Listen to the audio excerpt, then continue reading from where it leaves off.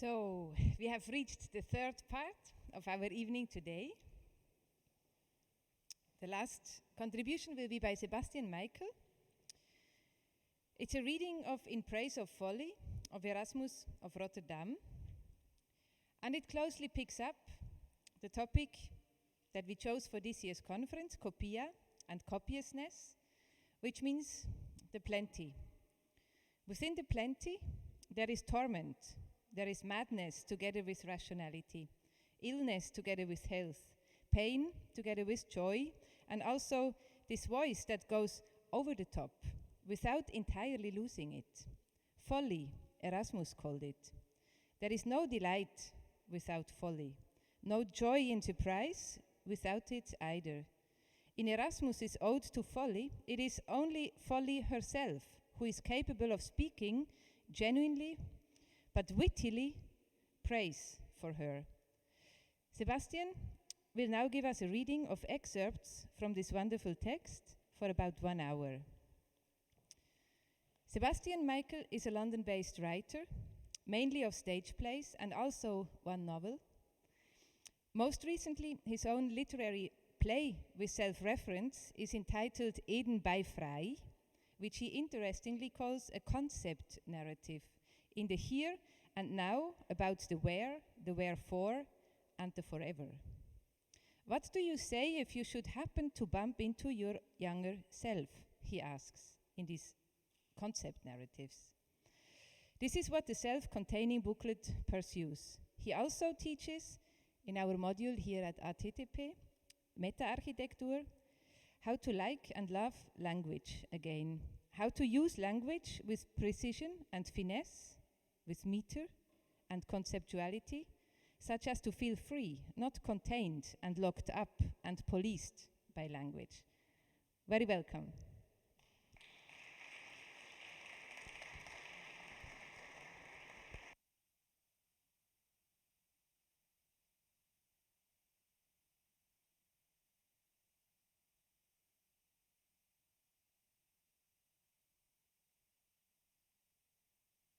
Vogue of the world, for I well know how disingenuously folly is decried, even by those who are themselves the greatest fools. Yet it is from my influence alone that the whole universe receives her ferment of mirth and jollity, of which this may be urged as a convincing argument, in that as soon as I appeared to speak before this numerous assembly, all your countenances were gilded over with a lively, sparkling pleasantness. You soon welcomed me with so encouraging a look. You spurred me on with so tearful a hum that truly, in all appearance, you seem now flushed with a good dose of reviving nectar, when, as just before, you sat drowsy and melancholy, as if you were lately come out of some hermit's cell. I am now in a humour to act a while the sophist, in imitation of those ancient ones who, to avoid the scandalous epithet of wise, preferred this title of sophist. The task of these was to celebrate the worth of gods and heroes. Prepare, therefore, to be entertained with a panegyric, yet not upon Hercules, Solon, or any other grandee, but upon myself, that is, upon folly. And here, I value not their censure that pretend it is foppish and affected for any person to praise himself. What is more befitting than that folly should be the trumpet of her own praise? For who can set me forth better than myself? Or who can pretend to be so well acquainted with my condition? I verify the old observation that allows him a right of praising himself who has nobody else to do it for him. For really, I cannot but admire at that ingratitude, shall I call it, of mankind who, when they all willingly pay to me their utmost devoir and freely acknowledge their respective obligations, that notwithstanding this, there should have been none so grateful as to have bestowed on me a commendatory oration, especially when there have not been wanting such as at a great expense of sweat and loss of sleep have in elaborate speeches given high encomiums to tyrants, agues, flies, baldness, and such like trumperies. Of my name I have informed you, and since there are few acquainted with my family and origin, I will now give you some account of my extraction. First then, my father was neither chaos, nor hell, nor Saturn, nor Jupiter, nor any of those old, worn-out grandsire gods, but Plutus, the very same that, in spite of Jove himself, was the primary father of the universe, at whose beck alone, for all ages, religion and civil policy have been successfully undermined and re-established, by whose powerful influence war, peace, empire, debates, justice, magistracy, marriage, leagues, compacts, laws, arts. I have almost run myself out of breath, but in a word, all affairs of church and state and business of private concern are severally ordered and administered, without whose assistance all the poet's gang of deities would either dwindle into nothing, or at least be confined to their respective homes without any ceremonies of devotional address. Whoever he combats with as an enemy, nothing can be armor-proof against his assaults, and whosoever he sides with as a friend may grapple at even hand with Jove and all his bots. Of such a father I may well brag, and he begot me not of his brain, as Jupiter did the hag Pallas, but of a pretty young nymph, famed for wit no less than beauty, and this feat was not done amidst the embraces of dull, nauseous wedlock. But what gave a greater gust to the pleasure, it was done at a stolen bout, as we may modestly phrase it. And now, presuming you may be inquisitive after my birthplace, I was born neither in the floating Delos, nor on the frothy sea, nor in any of these privacies where two forward mothers are wont to retire for an undiscovered delivery, but in the Fortune Islands, where all things grow without the toil of husbandry, wherein there is no drudgery, no distempers, no old age, wherein the fields grow no daffodils, mallows, onions, peas, beans, or such kind of trash, but there give equal divertisement to our sight and smelling, rue, all here, bugless, marjoram, herb of life, roses, violets, hyacinths, and such like fragrances as perfume the gardens of Adonis. And being born amongst these delights, I did not, like other infants, come crying into the world, but perked up and laughed immediately at my mother's face. And there is no reason I should envy Jove for having a she-goat for his nurse, since I was more creditably suckled by two jolly nymphs, the name of the first Drunkenness, the daughter of Bacchus, the other Ignorance, one of Pan's offspring, both which you may here behold among several others of my train and attendants, whose particular names, if you would fain know, I will give you in short. This, who goes with a mincing gait and holds up her head so high, is self-love.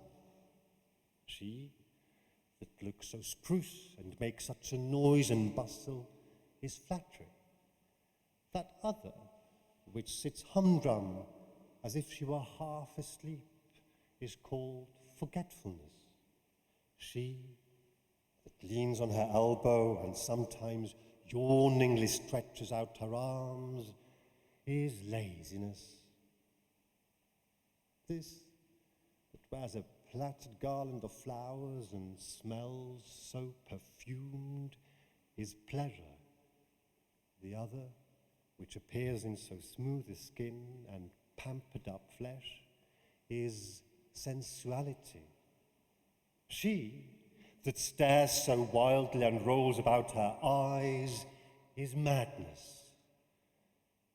And as to those two gods whom you see playing among the lasses, the name of the one is intemperance, the other sound sleep. By the help and service of this retinue, I bring all things under the verge of my power, lording it over the greatest kings and potentates.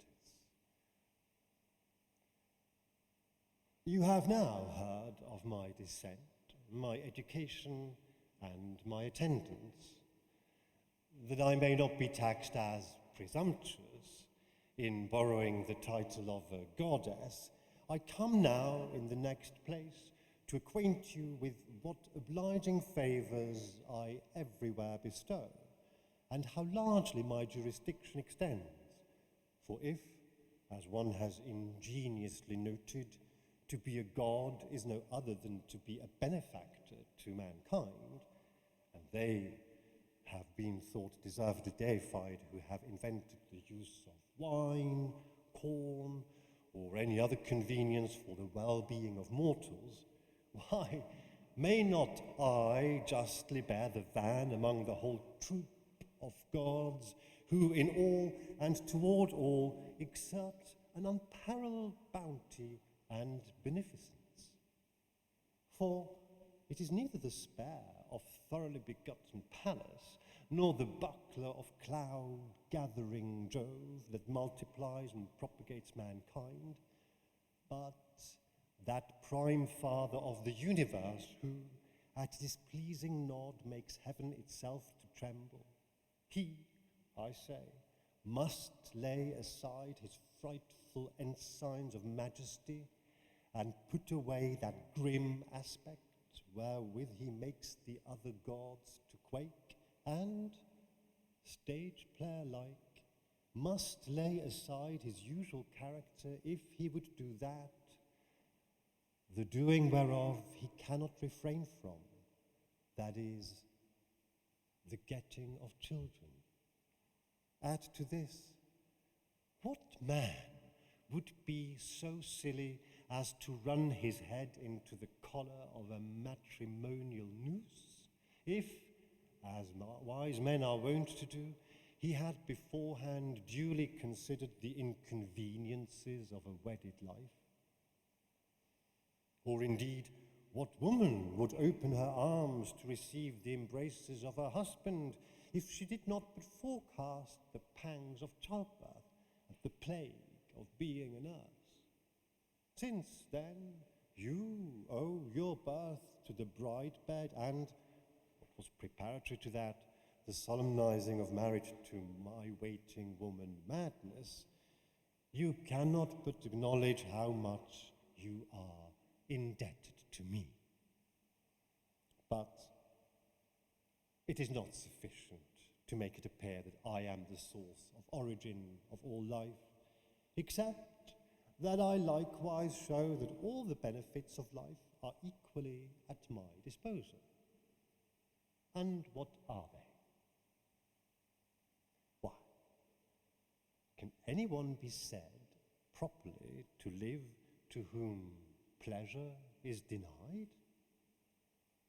What one stage of life is not melancholy, dull, tiresome, tedious, and uneasy, unless we spice it with pleasure, that augur of folly, of the truth whereof the never enough to be commended Sophocles is sufficient authority, who gives me the highest character in that sentence of his, to know nothing is the sweetest life. But there are yet those, perhaps, that have no gust in pleasure, but place their greatest content in the enjoyment of friends, telling us that true friendship is to be preferred before all other acquirements, that it is a thing so useful and necessary as the very elements which could not long subsist without a natural combination, so pleasant that it affords as warm an influence as the sun itself, so honest, if honesty in this case deserve any consideration, that the very philosophers have not hesitated to place this as one among the rest of their different sentiments of the chiefest good. But what if I make it appear that I also am the mainspring and original of this endearment? Yes, I can easily demonstrate it, and that not by crabbed syllogisms or a crooked and unintelligible way of arguing, but making it, as the proverb goes, as plain as the nose on your face. Well then, to scratch and curry one another, to wink at a friend's faults, nay, to cry up some failings as virtuous and commendable, is not this the next door to being a fool? When one looking steadfastly in his mistress' face admires a mole as much as a beauty spot, when another swears his lady's stinking breath is a most redolent perfume, and at another time the fond parent hugs the squint-eyed child and pretends it is rather a becoming glance and winning aspect than any blemish of the eyesight. What is all this but the very height of folly? Folly, I say, that both makes friends and keeps them so. The same which has been said of friendship is much more applicable to a state of marriage, which is but the highest advance and improvement of friendship in the closest bond of union. Good God, what frequent divorces or worse mischief would oft sadly happen, were it not that man and wife were so discreet as to pass over light occasions of quarrel with laughing, jesting, dissembling, and such like, playing the fool. Nay, how few marriages, when consummated, would continue happy if the husband were not either sottishly insensible of, or did not purposely wink at and pass over the lightness and forwardness of his good-natured wife. This peace and quietness is owing to my management, for there would otherwise be continual jars and broils and mad doings, if want of wit only did not at the same time make a contented cuckold and a still house. If the cuckoo sings at the back door, the unthinking cornute takes no notice of the unlucky omen of others' eggs being laid in his own nest, but laughs it over, kisses his dear spouse, and all is well. In fine, there is not one society, nor one relation men stand in that would be comfortable or indeed tolerable without my assistance. There could be no right understanding between prince and people master and servant, tutor and pupil, friend and friend, man and wife, buyer and seller, or any persons, however otherwise related, if they did not cowardly put up with small abuses, sneakingly cringe and submit, or, after all, fawningly caress and flatter each other. This, you will say, is much, but you shall yet hear what is more. Tell me then, can anyone love another that first hates himself? Is it likely anyone should agree with a friend that has first fallen out with his own judgment? Or is it probable he should be any way pleasing to another who is a perpetual plague and trouble to himself? This is such a paradox that none can be so mad as to maintain. Well, but if I am excluded and barred out, every man would be so far from being able to bear with others that he would be burdensome to himself and consequently incapable of any ease or satisfaction. Indeed, there can be no creditable requirement of ourselves in any one station of life, but we should sink without rescue into misery and despair if we were not buoyed up and supported by self-love, which is but the elder sister, as it were, of folly, and her own constant friend and assistant. For what is or can be more silly than to be lovers and admirers of ourselves? And yet, if it were not so, there would be no relish to any of our words or actions. Take away this one attribute of a fool, and the orator shall become as dumb and silent as the rostrum he stands on. The musician shall hang up his untouched instruments on the wall. The greatest actors shall be hissed off the stage. The poet shall be burlesqued with his own doggerel rhymes. The painter shall himself vanish into an imaginary landscape, and the physician shall want food more than his patients do physic. In short, without self-love, instead of beautiful, you shall think yourself an old beldam of fourscore. Instead of youthful, you shall seem just dropping into the grave. Instead of eloquent, a mere stammerer. And in lieu of being gentle and complacent, you shall appear like a downright country clown, it being so necessary that everyone should think well of themselves before they can expect the good opinion of others. Finally, when it is the main and essential part of happiness to desire to be no other than what they already are, this expedient is again wholly owing to self-love, which so flushes men with a good conceit of their own that no one repents of his shape, of his wit, of his education, or of his country. Thus, the dirty, half-drowned Hollander would not remove into the pleasant plains of Italy. The rude Thracian would not change his boggy soil for the best location in Athens, nor the brutish Scythian quit the thorny deserts to become an inhabitant of the Fortunate Islands. And oh, the wonderful contrivances of nature, which has ordered all things in so even a method that wherever she has been less bountiful in her gifts, there she makes it up with a larger dose of self-love, which supplies the former defects and makes all equal. The invention of all arts and sciences is likewise owing to the same cause. For what sedentary, thoughtful men would have beat their brains in the search of new and unheard of mysteries, if not urged on by the bubbling hopes of credit and reputation? They think a little glittering flash of vainglory sufficient reward for all their sweat and toil and tedious drudgery, while they that are supposedly more foolish reap advantage of the other's labours.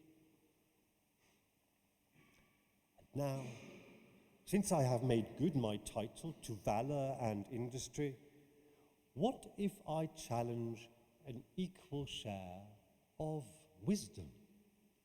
How, you will say? This is absurd and contradictory. The East and West may as soon shake hands as folly and wisdom be reconciled. Well, have but a little patience, and I warrant you I will make out my claim. If wisdom, as must be confessed, is no more than the readiness of doing good, and an expeditious method of becoming serviceable to the world, to whom does this virtue more properly belong? To the wise man, who partly out of modesty, partly out of cowardice, can proceed resolutely in no attempt?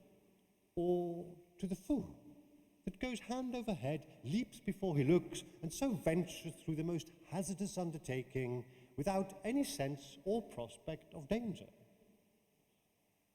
In the undertaking of any enterprise, the wise man shall run to consult with his books, and daze himself with poring over musty authors, whilst the dispatchful fool shall rush blindly on and have done the business while the other is thinking of it. For the two greatest lets and impediments to the issue of any performance are modesty, which casts a mist before men's eyes, and fear, which makes them shrink back and recede from any proposal. Both these are banished by folly, and in their stead such a habit of foolhardiness introduced as mightily contributes to the success of all enterprises. Further, if you will have wisdom taken in the other sense of being a right judgment of things, you shall see how short wise men fall of it in this acceptation. It is certain that all things, like so many Januses, carry a double face, or rather bear a false aspect, most things being really in themselves far different from what they are in appearance to others. So that which at first blush proves alive is in truth dead. And that again which appears as dead at a nearer view proves to be alive. Beautiful seems ugly, wealthy, poor, scandalous is thought creditable, prosperous passes for unlucky, friendly for what is most opposite, and innocent for what is hurtful and pernicious. In short, if we change the tables, all things are found placed in a quite different posture from what just before they appeared to stand in. If this seemed too darkly and unintelligibly expressed, I will explain it by the familiar instance of some great king or prince whom every one shall suppose to swim in luxury of wealth and to be a powerful lord and master when, alas, on the other hand, he has poverty of spirit enough to make him a mere beggar, and on the other side he is worse than a galley slave to his own lusts and passions. Well, but what is the meaning, will some say, of all this? Why, observe the application. If anyone in a playhouse be so impertinent and rude as to rifle the actors of their borrowed clothes, make them lay down their character assumed, and force them to return to their naked selves, would not such a one wholly discompose and spoil the entertainment? And would he not deserve to be hissed and thrown stones at, till the pragmatical fool could learn better manners? For by such a disturbance the whole scene will be altered. Such as acted the men will perhaps appear to be women. He that was dressed up for a young brisk lover will be found a rough old fellow, and he that represented a king will remain but a mean, ordinary serving man. The laying things thus open is marring all the sport, which consists only in counterfeit and disguise. Now, the world is nothing else but such another comedy, where everyone in the tire room is first habited suitably to the parties to act, and as it is successively their turn, out they come on the stage, where he that now personates a prince shall, in another part of the same play, alter his dress and become a beggar, all things being in a mask and particular disguise, or otherwise the play could not be presented. Who would not hate and avoid such a person as should be deaf to all the dictates of common sense, that should have no more power of love or pity than a block or stone that remains heedless of all dangers, that thinks he can never mistake, but can foresee all contingencies at the greatest distance and make provision for the worst presages, that feeds upon himself and his own thoughts, that monopolizes health, wealth, power, dignity, and all to himself, that loves no man, nor is beloved of any, that has the impudence to tax even divine providence of ill contrivance, and proudly grudges, nay, tramples underfoot all other men's reputation. And this is he that is the Stoics' perfectly wise man. But prithee, what city would choose such a magistrate? What army would be willing to serve under such a commander? Or what woman would be content with such an incompetent husband? Who would invite such a guest? Or what servant would be retained under such a master?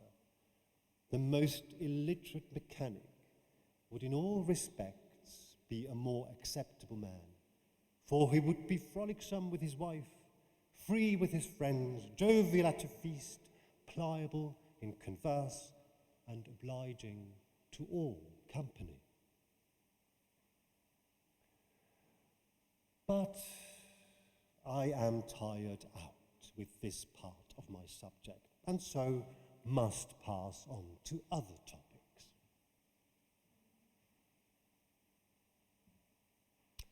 Were anyone placed on that tower from whence Jove is fancied by the poets to survey the world, he would discern all around how many grievances and calamities our whole life is on every side encompassed with, how unclean our birth, how troublesome our tendance in the cradle, how liable our childhood is to 1,000 misfortunes, how toilsome and full of drudgery our riper years, how heavy and uncomfortable our old age, and lastly, how unwelcome the unavoidableness of death.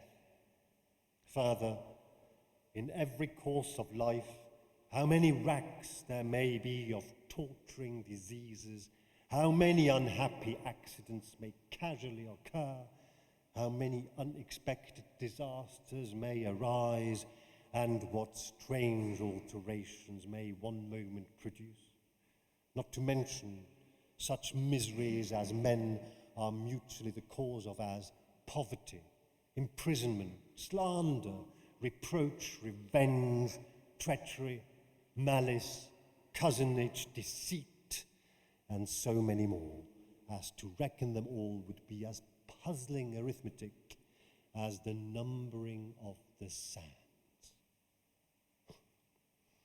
How mankind became environed with such hard circumstances, or what dared to impose these plagues as a penance on rebellious mortals, I am not now at leisure to inquire, but whoever seriously takes them into consideration must needs commend the value of the Milesian virgins who voluntarily killed themselves to get rid of a troublesome world. And how many wise men have taken the same course of becoming their own executioners. among whom, not to mention Diogenes, Xenocrates, Cato, Cassius, Brutus, and other heroes, the self-denying Chiron is never enough to be commended, who, when he was offered by Apollo the privilege of being exempted from death and living on to the world's end, refused the enticing proposal, as deservedly thinking it a punishment rather than a reward. But if all were thus wise, you see how soon the world would be unpeopled, and what need there would be of a second Prometheus to plaster up the decayed image of mankind. I, therefore, come and stand in this gap of danger and prevent further mischief, partly by ignorance, partly by inadvertence, by the oblivion of whatever would be grating to remember, and the hopes of whatever may be grateful to expect, together palliating all griefs with an intermixture of pleasure, whereby I make men so far from being weary of their lives, that when their thread is spun to its full length, they are yet unwilling to die, and hardly can be brought to take their last farewell of their friends. Thus, some decrepit old fellows that look as hollow as the grave into which they are falling, that rattle in the throat at every word they speak, that can eat no meat but what is tender enough to suck, that have more hair on their beard than they have on their head, and go stooping toward the dust they must shortly return to, whose skin seems already dressed into parchment, and their bones already dried to a skeleton. These shadows of men shall be wonderfully ambitious of living longer, and therefore fence off the attacks of death with all imaginable slights and impostures. One shall dye his grey hairs, for fear their colour should betray his age. Another shall spruce himself up in a light periwig. A third shall repair the loss of his teeth with an ivory set. And a fourth, perhaps, shall fall deeply in love with a young girl, and accordingly court her with as much gaiety and briskness as the liveliest spark in the whole town. And we cannot but know that for an old man to marry a young wife without a portion, to be a cooler to another man's lust, is grown so common that it has become the à la mode of the times. And yet, what is more comical, you shall have some wrinkled old woman whose very looks are a sufficient antidote to lechery, that shall be canting out, life is a sweet thing, and so run a caterwauling and hire some strong-backed suitors to recover their almost lost sense of feeling, and to set themselves off the better, they shall paint and daub their faces, always stand a-tricking up themselves at their looking-glass, go naked-necked, bare-chested, be tickled at a vulgar jest, dance among the young girls, write love letters, and do all the other knacks of attracting hot-blooded suitors. And in the meantime, however they are laughed at, they enjoy themselves to the full, live to their heart's desire, and want for nothing that may complete their happiness. And as for those who think them therein so ridiculous, I would have them give an ingenious answer to this one query: whether, if folly or hanging were left to their choice, they had not much rather live like fools than die like dogs.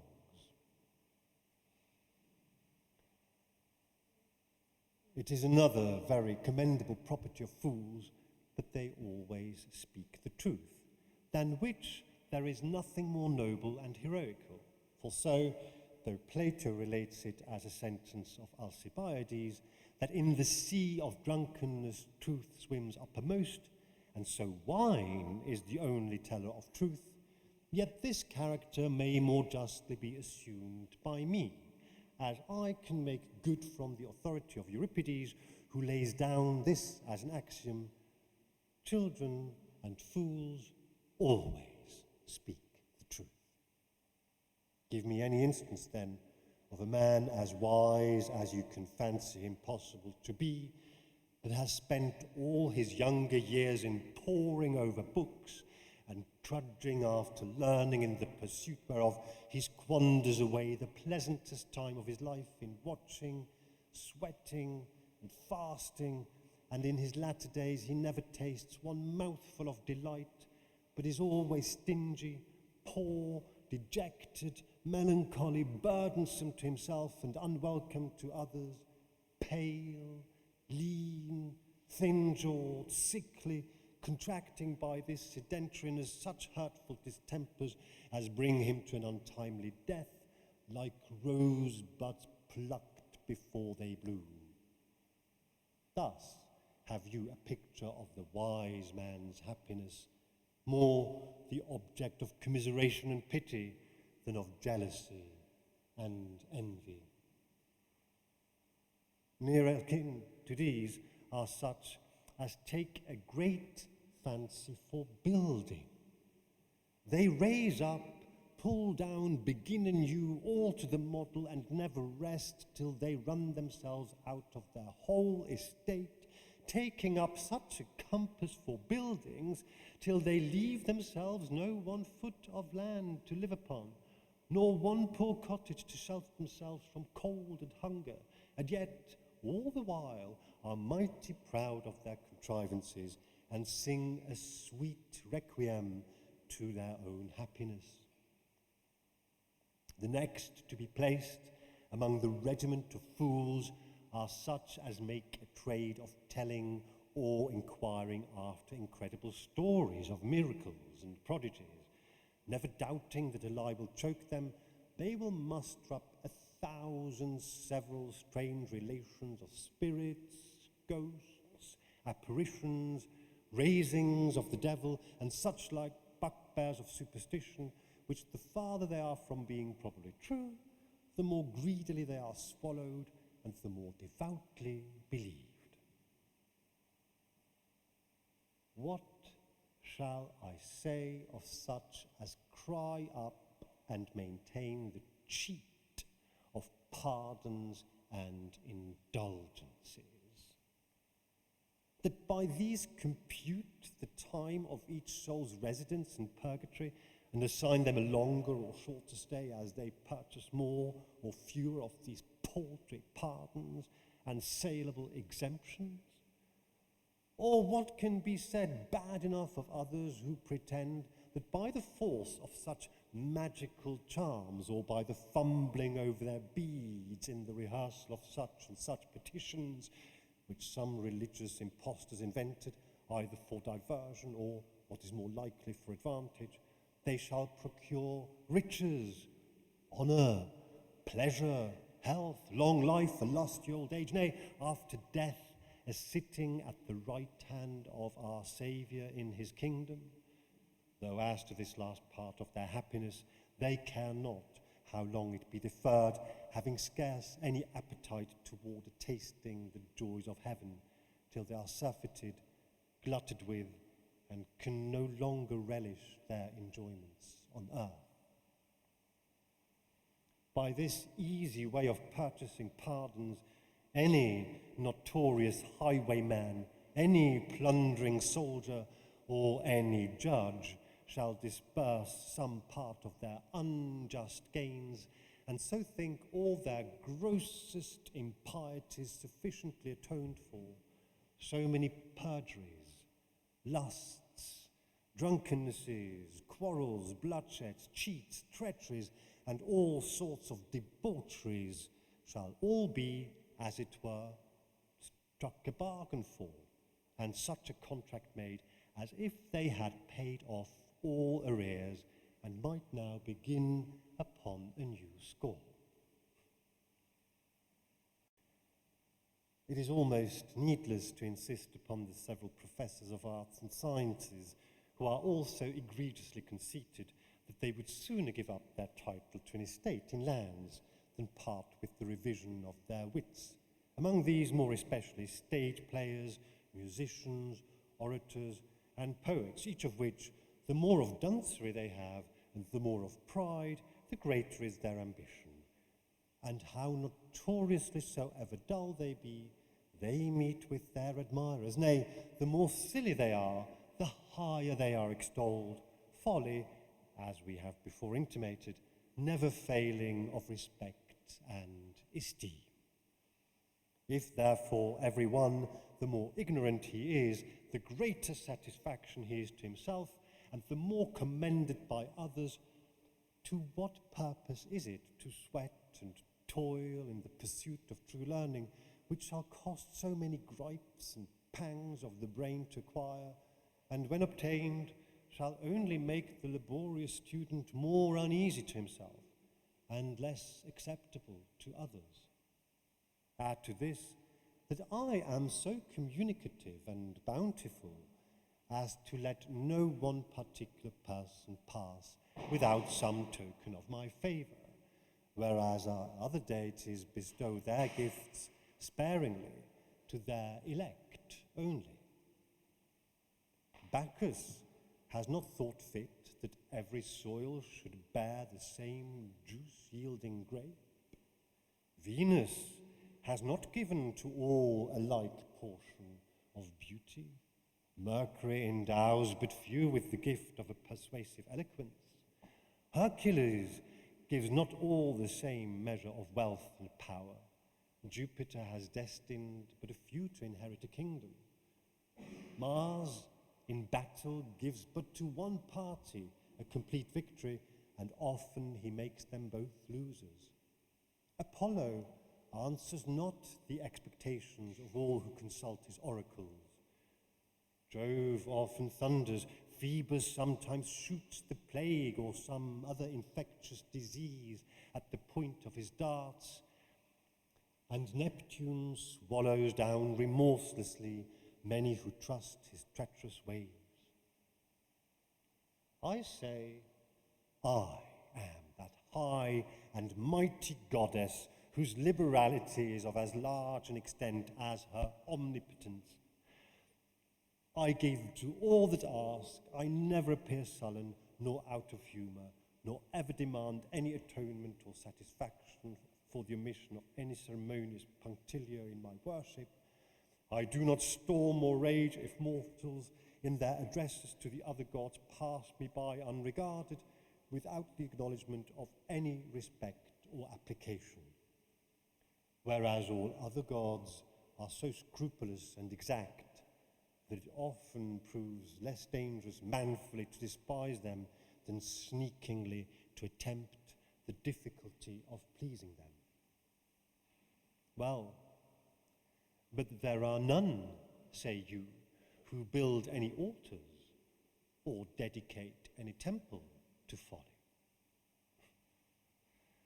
I am surprised, as I have before intimated, that the world should be so wretchedly ungrateful. But I'm so good-natured as to pass by and pardon this seeming affront, though indeed the charge thereof, as unnecessary, may well be saved. For to what purpose should I demand the sacrifice of frankincense, cakes, goats, and swine, since all persons everywhere pay me that more acceptable service, which all divines agree to be more effectual and meritorious, namely an imitation of my various attributes? Further, why should I desire a temple, since the whole world is but one ample continued choir, entirely dedicated to my use and service? The same respect in the meanwhile is paid to me in a more legitimate manner, for to me there are as many statues erected as there are moving fabrics of mortality, every person, even against his own will, carrying the image of me, that is the seal of folly, instamped upon his countenance. But hold, I should but expose myself too far, and incur the guilt of being roundly laughed at if I proceed to enumerate the several kinds of the folly of the vulgar. I shall confine my following only as challenge the repute of wisdom and seemingly pass for men of the soundest intellects. Among these, the grammarians present themselves in the front, a sort of men who would be the most miserable, the most slavish, and the most hateful of all persons if I did not in some way alleviate the cares and miseries of their profession by blessing them with a bewitching sort of madness. The poets, however somewhat less beholden to me, own a professed dependence on me, being a sort of lawless blades that by prescription claim a license to a proverb, while the whole intent of their profession is only to smooth up and tickle the ears of fools, that by mere toys and fabulous shams, with which, however ridiculous, they are so bolstered up in an airy imagination as to win for themselves an everlasting name, and promise, by their balderdash, at the same time to celebrate the never-dying memory of others. To these rapturous wits, self-love and flattery are never failing attendants, nor do any prove more zealous or constant devotees to folly. The rhetoricians likewise, though they are ambitious of being ranked among the philosophers, yet are apparently of my faction, as appears among other arguments by this more especially, in that among their several topics of completing the art of oratory, they all particularly insist upon the knack of jesting, which is one species of folly, as is evident from the books of oratory written to Herennius, put among Cicero's works, but done by some unknown author. And in Quintilian, the great master of eloquence, there is one entire chapter used in describing the methods of raising laughter. In short, they may well attribute a great efficacy to folly, since on any argument they may use, they can many times triumph by a slight laugh over what they could never seriously confute. Of the same gang are those scribbling fops who think to eternize their memory by setting up for authors, among which, though they are all in some way indebted to me, yet are those more especially so who spoil paper in blotting it with mere trifles and impertinences. For as to those graver drudges to the press that write learnedly, beyond the reach of an ordinary reader who dares submit their labours to the review of the most severe critic, these are not so liable to envy for their honour as to be pitied for their toil and slavery. They make additions, alterations, blot out, write anew, amend, interline, turn upside down, and yet they can never please their fickle judgment, but that they shall dislike the next hour what they penned in the former, and all this to purchase the airy commendations of a few critical readers, which at most is but a poor reward for all their fastings, watchings, confinements, and brain-breaking tortures of invention. Add to this the impairing of their health, the weakening of their constitution, their contracting sore eyes, or perhaps turning stark blind, their poverty, their envy, their debarment from all pleasures, their hastening to old age, their untimely death, and what other inconvenience of a like or worse nature can be thought upon, and yet the recompense for all this severe penance is at best no more than a mouthful or two of frothy praise. Even the learned and more judicious that have wit enough to laugh at the other's folly are very much beholden to my goodness, which, except ingratitude has drowned their ingenuity, they must be ready upon all occasions to confess. Among these, I suppose the lawyers will shuffle in front for precedence, and they of all men have the greatest conceit of their own abilities. They will argue as confidently as if they spoke gospel instead of law. They will cite you 600 precedents though not one of them come near to the case in hand, they will muster up the authority of judgments, deeds, glosses, and reports, and tumble over so many musty records that they make their employment, though in itself easy, the greatest slavery imaginable, always accounting that the best plea which they have taken the most pains to produce.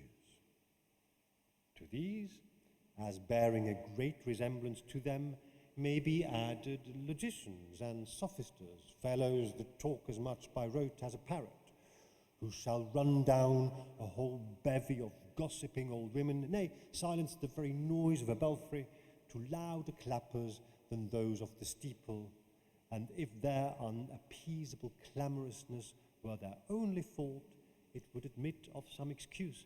But they are at the same time so fierce and quarrelsome that they will wrangle bloodily for the least trifle, and be so over-intent and eager that they many times lose their game in the chase and fright away that truth they are hunting for. Next to these come the philosophers, with their long beards and short cloaks, who esteem themselves as the only favourites of wisdom, and look upon the rest of mankind as the dirt and rubbish of creation. Yet these men's happiness is only a frantic craziness of brain. They build castles in the air and infinite worlds in a vacuum. They will give you to a hair's breadth the dimensions of the sun, moon, and stars as easily as they would of a flagon or a pipkin. They will give an elaborate account of the cause of thunder, of the origins of the winds, of the nature of eclipses, and of the most abstruse difficulties in physics, without the least demur or hesitation, as if they had been admitted into the cabinet council of nature, or had been eyewitnesses to all the methods of creation, though in fact nature does but laugh at all their puny conjectures, for they never yet made one considerable discovery, as appears from the fact that on no single point of the smallest moment have they unanimously agreed, nothing being so plain or evident, but that by someone it is opposed and contradicted. The divines present themselves next, but it may perhaps be most safe to pass them by and not to touch upon so harsh a string as this subject would afford. Besides, the undertaking may be very hazardous, for they are a sort of men generally very hot and passionate, and should I provoke them, I doubt not would set upon me with a full cry and force me with shame to recant, which, if I stubbornly refused to do, they would presently brand me for a heretic, and thunder out an excommunication, which is their spiritual weapon to wound such as lift up a hand against them. The next to these are another sort of brainless fools, who style themselves monks, or members of religious orders, though they assume both titles very unjustly.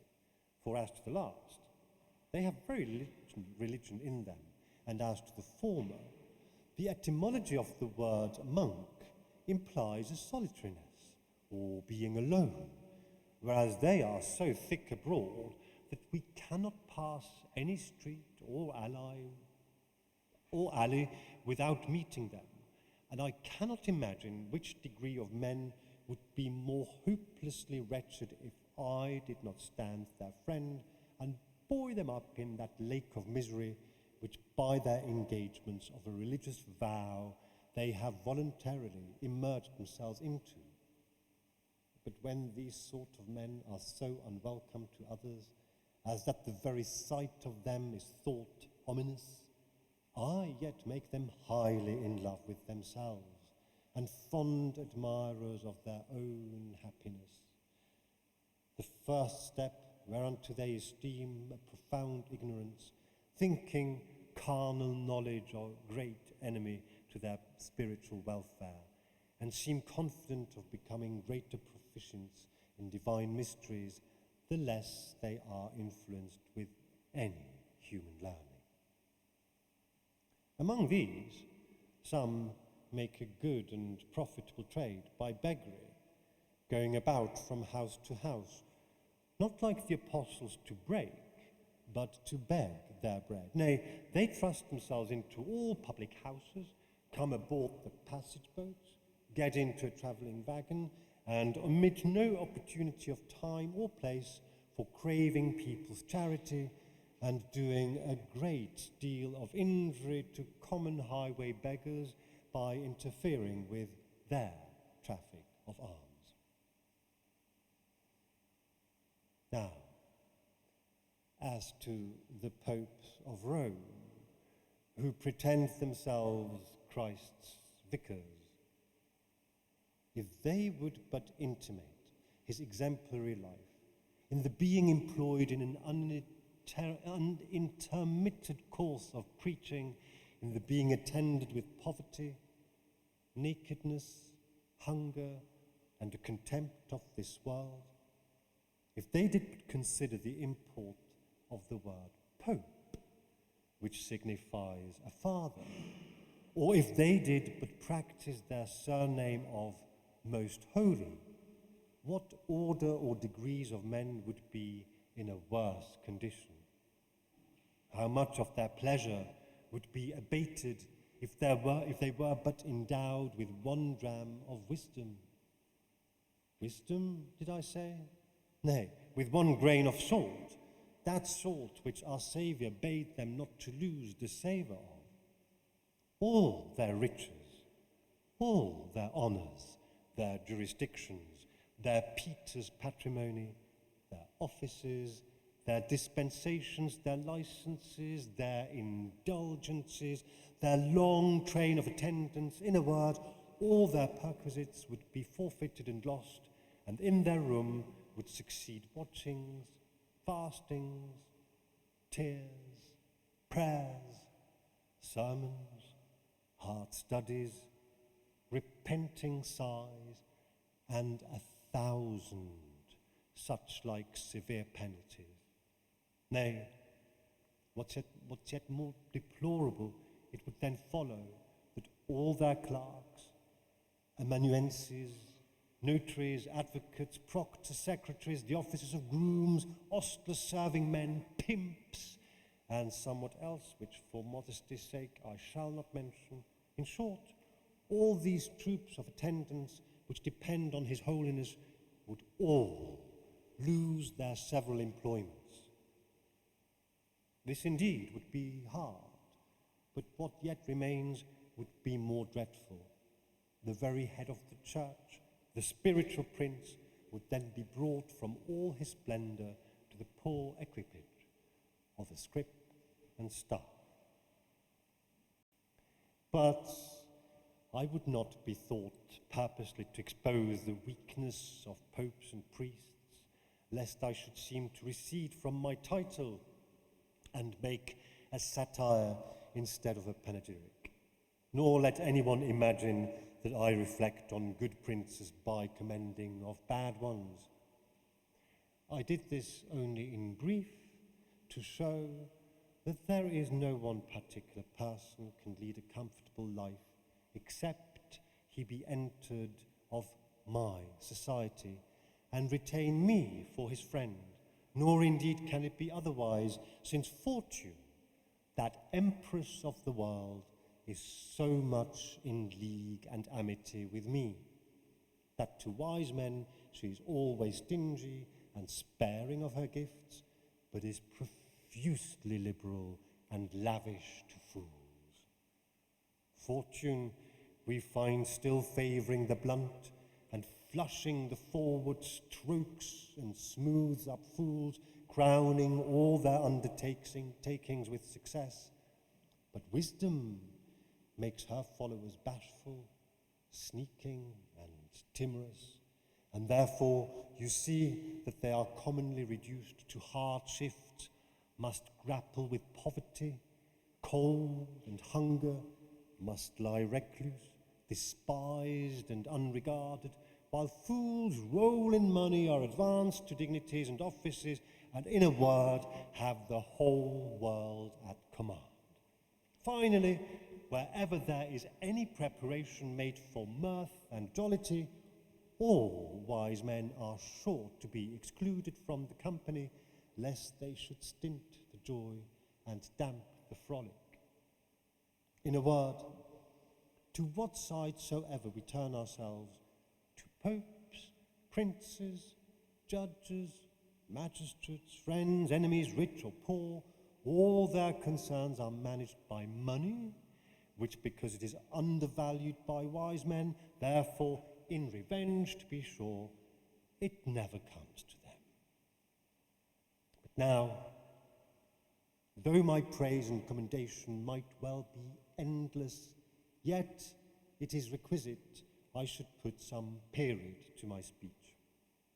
I'll therefore draw toward an end when I have first confirmed what I have said by the authority of several authors, which by way of further proof I shall insist upon, partly that I may not be thought to have said more in my own behalf than what will be justified by others, and partly that the lawyers may not check me for citing no precedents nor allegations. To imitate them, therefore, I will produce some reports and authorities, though perhaps, like theirs too, they are nothing to the purpose.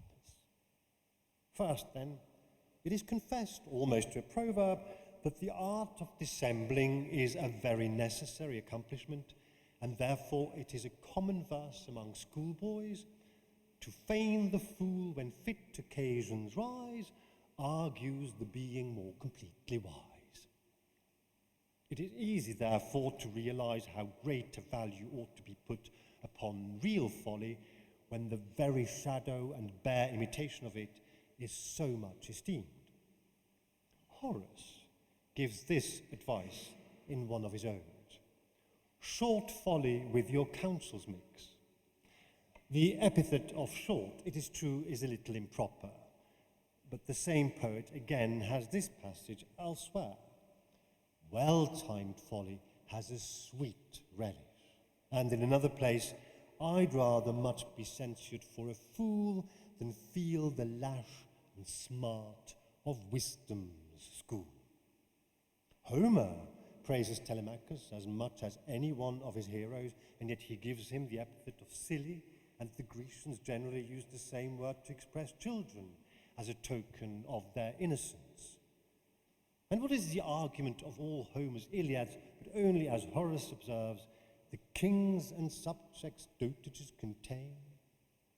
Beside, the sacred text doth oft ascribe innocence and sincerity to fools, while the wise man is apt to be a haughty scorner of all such as he thinks or believes to have less wit than himself.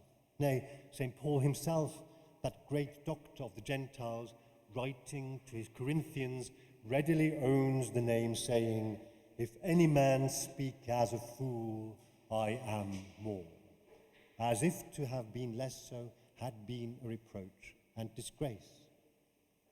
But perhaps I may be censored for misinterpreting this text by some modern annotators who, like crows pecking on another's eyes, find fault and correct all that went before them, each pretending that their own glosses contain the only true and genuine explication, among whom my Erasmus, whom I cannot but mention with respect, may challenge the second place, if not precedency.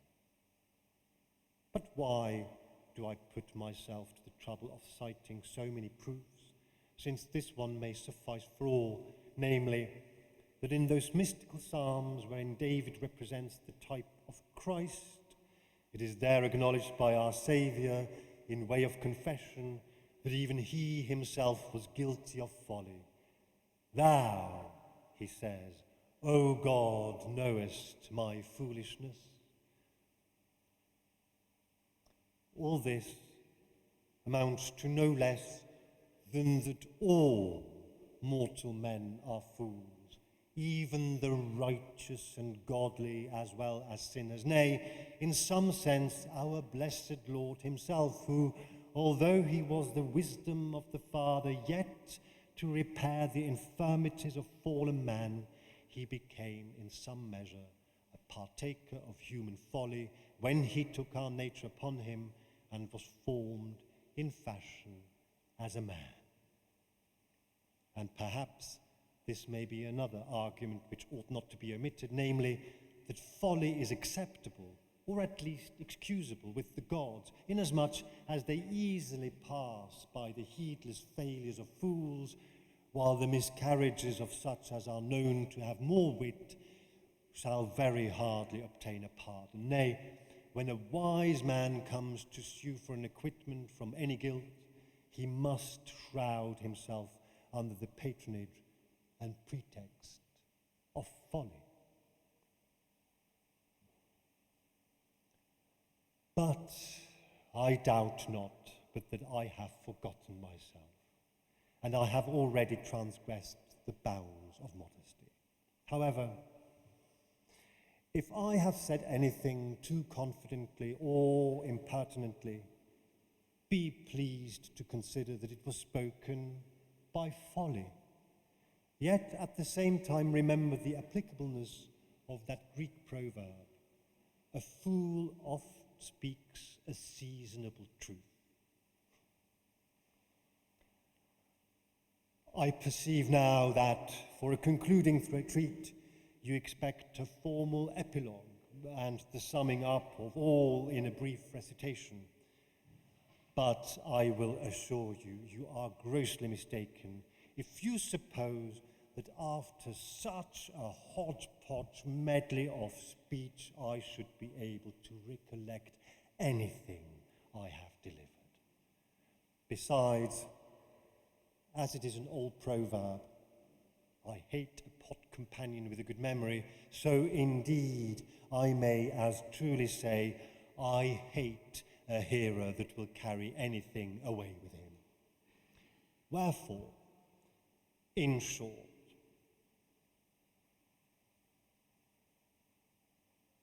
farewell, live long, drink deep, be jolly, ye most illustrious votaries of folly.